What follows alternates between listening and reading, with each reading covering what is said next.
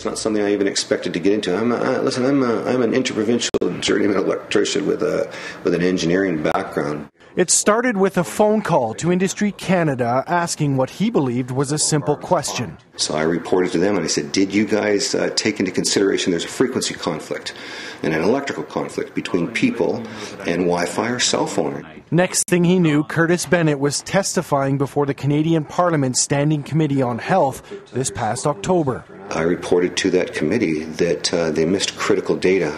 We have an electrical conflict. Bennett believes that Health Canada's guidelines regarding electromagnetic devices, known as Safety Code 6, do not account for the fact that humans have their own electric frequency. They left humans out of the equation and treated them like furniture instead of understanding that this biology has its own frequency, it's got its own voltages, and if you induce them, you're going to create a host of problems.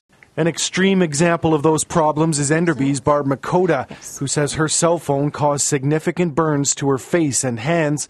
But to a smaller degree, Bennett says it's happening every day to students at school, electrically induced by Wi-Fi signals all day long. This is going through walls and it's going through roofs. And they said, but it's not entering the body. And I said, give me a break.